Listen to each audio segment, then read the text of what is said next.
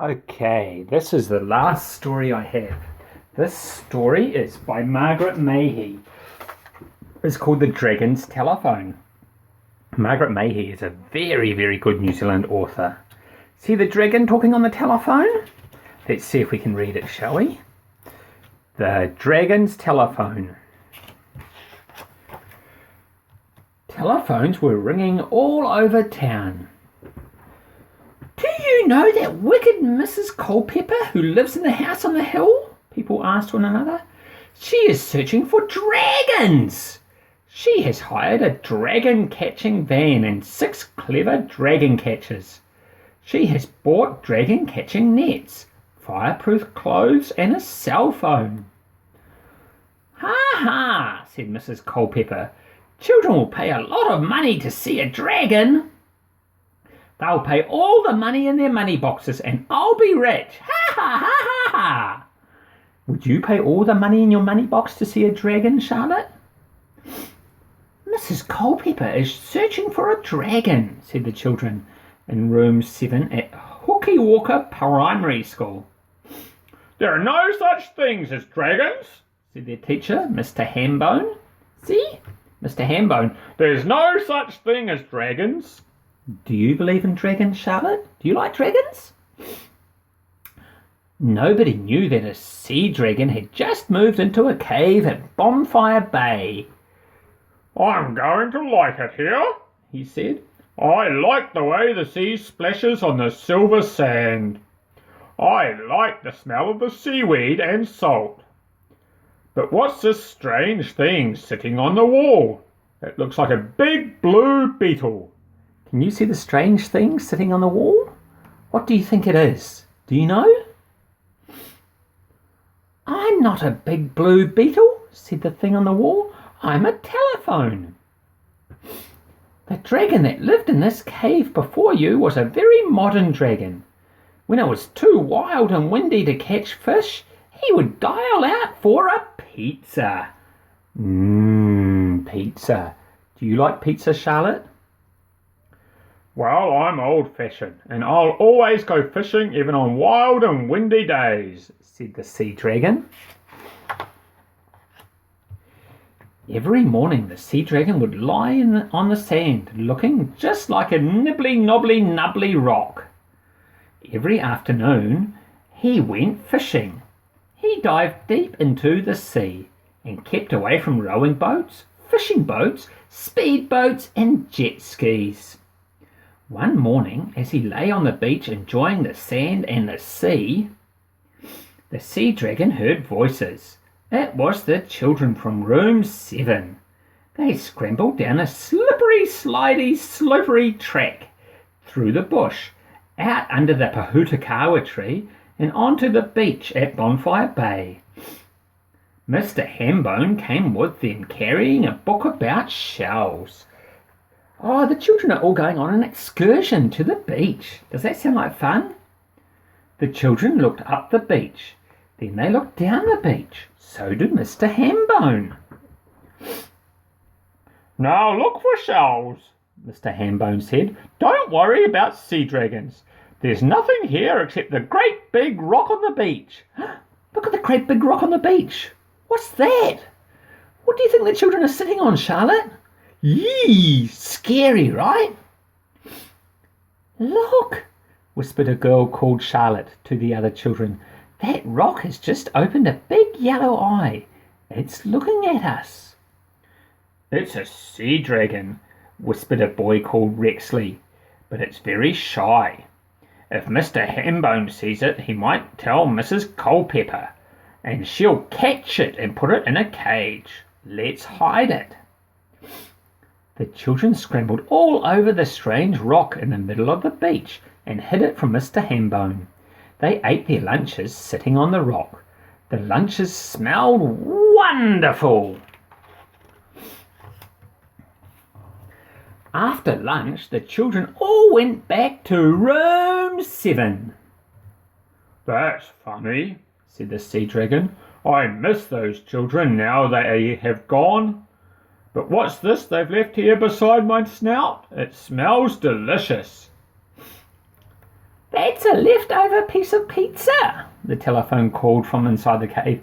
Eat it up! Pizza is delicious. Pizza. I like pizza. The sea dragon ate it. It was more than delicious. It was scrum-diddly-dumptious. That was scrum-diddly-dumptious, said the dragon. I wish I had some more. Why don't you phone out for a pizza, said the cunning telephone. Look in the phone book, find the right name and the right number, pick up the handset and dial the number. Do you know Mummy's phone number, Charlotte? Can you tell it to me? The sea dragon did just as the telephone had said. He dialed very, very carefully. Ah, this is wonderful, said the phone, nestling up next to the dragon's ear. It is nice to be working again, and you dialed so beautifully. Ring, ring, ring, ring. This is Dial a Pizza, said a lively voice. Dennis speaking. This is the dragon whispered shyly. Dennis couldn't hear the dragon whispering. Hello, hello, said Dennis, but he couldn't hear a thing, so he hung up. Don't whisper into me, said the phone to the sea dragon. Speak clearly, try again. The sea dragon tried again. He dialed beautifully. Dial a pizza, said Dennis on the other end of the line. Dennis speaking. This is the sea dragon in Bonfire Bay, said the dragon in a loud, clear voice. Can you rush a pizza round to me? A hot one. I'll make you our dragon special, said Dennis. It's filled with pepper, and it's so hot I have to wear special gloves to carry it. I'll bring it myself and come the secret way, so that Mrs. Culpepper doesn't see me from her house on the hill. Remember, she's trying to catch a dragon. Dennis came down the slippery, slidey track, through the bush and out under the putakawa tree. He looked in through the cave door and held out a pizza in a smoking box. This is the biggest, hottest pizza we have, he said. It's so hot it set fire to a corner of the box. I hope you enjoy it. The sea dragon ate that pizza to the very last crumb. It was delicious. It was more than delicious. It was scrum-diddly-dumptious.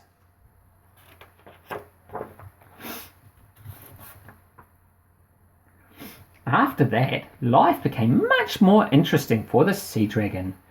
Room 7 from Hookie Walker Primary School often came to play on the beach. They climbed all over him. They even talked to him when Mr. Hambone wasn't watching. What would you say to a dragon, Charlotte? What would you talk to the dragon about? We know you're really a sea dragon, they said. You're only pretending to be a rock. If the weather was wild and windy, the sea dragon dialed out for a pizza. He dialed carefully and always spoke clearly.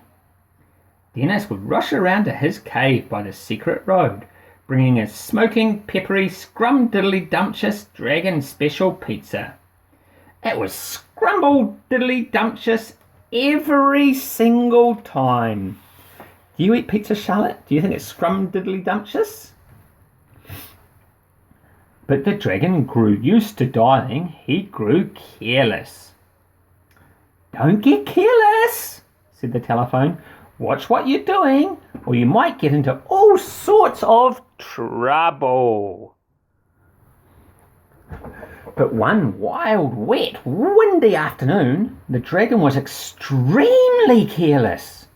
He dialed without looking where he was putting his claws. Who's this bad lady? Who's the dragon going to talk to? He dialed the wrong number. The dragon could hear that the phone was ringing, then the ringing stopped.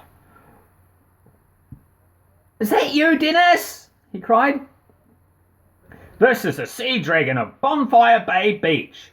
Bring me a scrumble diddly dumptious dragon special pizza as quick as you can. And watch out for that wicked Mrs. Culpepper.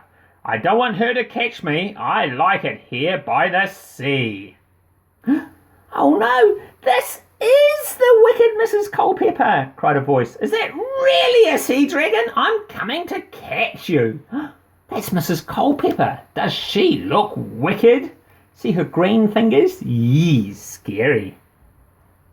"Oh, don't do that," said the sea dragon. "Dragons have to breathe fire on anyone who tries to catch them." "Ha ha!" shouted Mrs. Culpepper. "I've thought of that. I'm bringing my dragon catchers and they're all wearing fireproof clothes and carrying fireproof nets. We're coming now." Then she hung up.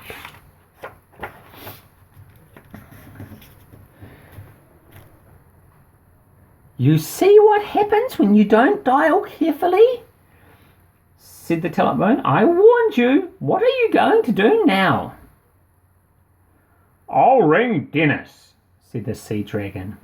"After all, I buy a lot of pizzas. He won't want Mrs. Culpepper to put me in a cage, will he?" The sea dragon dialed very, very carefully. When Dennis answered, the sea dragon spoke clearly. "This is the sea dragon," he said. "I dialed a wrong number, and now Mrs. Culpepper knows I'm living at Bonfire Bay. She's rushing around to catch me, and she'll put me in a cage." "Why don't you ring all your friends?" asked Dennis. "Dial carefully and shout 'help' in a clear voice." "Sea dragons don't have friends," said the sea dragon. But then he remembered something. "Well, there is room 7 at Hookie Walker Primary School. They visit Bonfire Bay all the time. They like to sit on me and hide me from Mr. Hambone." "Ring room 7 then," said Dennis. "Tell Mr. Hambone that there will be a pizza party at Bonfire Bay and that room 7 has been invited. I'll bring the pizza round, but hurry." What's Dennis up to? What do you think he's going to do? The sea dragon looked up the number of Hookie Walker Primary School in the phone book. He dialed very, very carefully. When Mr. Hambone answered, the dragon spoke very, very carefully. "There is a pizza party at Bonfire Bay and room 7 is invited," he said. "But hurry, because wicked Mrs. Culpepper is coming too, and she's greedy. She might eat up all the pizzas before you get here." "Would you share pizza with me, Charlotte?" "I think you would, right? I like sharing pizza." "We'll come at once," said Mr. Hambone. High on the hill, Mrs. Culpepper was running down the zigzag steps. See, she's going running all the way down. And she's in the van trying to with her dragon catchers. They want to go and catch the dragon. "Off we go!" cried Mrs. Culpepper, leaping into the van and jostling the dragon catchers with her sharp elbows. But when the van arrived at the top of the track to Bonfire Bay, they found they could not get down to the beach. The track was jam-packed with children from Hookie Walker Primary School, all sniffing the voluptuous smells of salt seaweed and scrumble diddly dumptious pizza. I like the smell of pizza. "Jostle those children out of the way," yelled Mrs. Culpepper. "Never," cried the dragon catchers. "We all have boys and girls in room 7. Those kids are our kids." But Mrs. Culpepper stuck out her sharp elbows and jostled her way down through the children, out under the Pahutakawa tree and onto the beach. There were children everywhere, and Dennis was there too, giving everyone big slices of pizza. A big slice of pizza. Some children were paddling, some were drawing with sticks in the sand, but most of them were swarming all over the great big nibbly nobbly nubbly rock in the middle of the beach. See them climbing all over the big nibbly nubbly rock? Do you know what the rock is, Charlotte? Do you know what they're hiding? However, Mrs. Culpepper was not interested in the rock. "Where is that dragon?" she cried. She ran into the cave. It was empty. She ran to the rocks at the end of the beach, but there was no dragon there. She dialed the dragon catchers on her cell phone, but nobody answered. She ran to the rocks at the other end of the beach, but there was no dragon there either. Mrs. Culpepper dialed for her dragon catchers again, but they still didn't answer.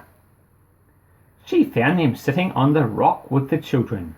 Dennis was giving them slices of pizza. "Help me look for that dragon!" shouted Mrs. Culpepper. "Does she look angry?" "I think so." "We're never going to look for dragons again," said the chief dragon catcher. "You jostled our children with your sharp elbows. We've had enough of you." Mrs. Culpepper. "There are no such things as dragons," said Mr. Hambone. "Even the children know that." "No dragons! No dragons!" chanted room 7, patting the rock.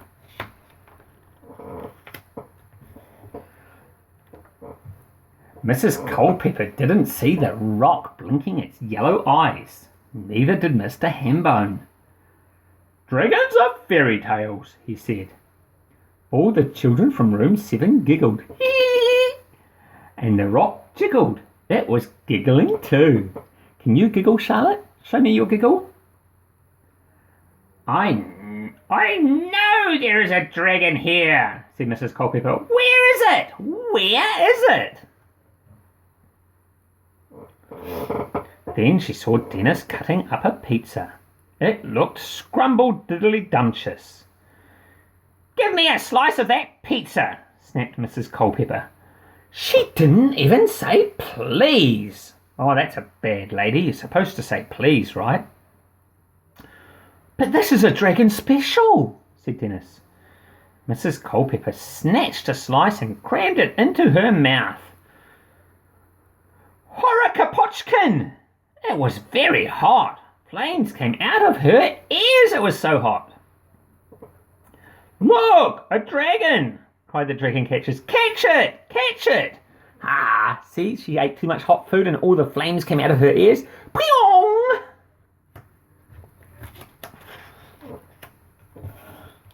Mrs. Culpepper ran wildly up the slippery, slidey track.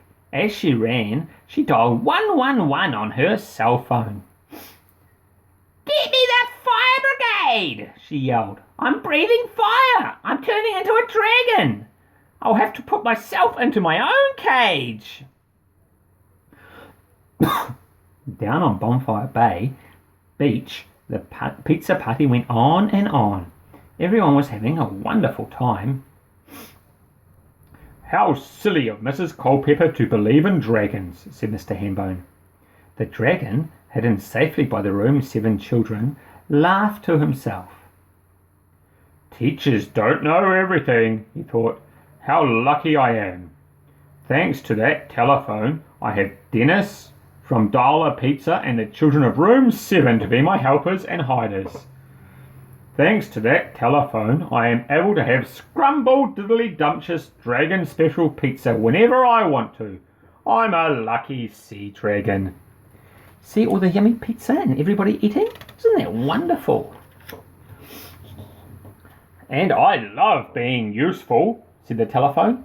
"Thanks to me, Mrs. Culpepper did not catch the dragon, and the room 7 children are having a pizza party. All because of me. What a wonderful thing it is to be a telephone." And so it was. The end. That was a cool story about a dragon, right? I enjoyed that.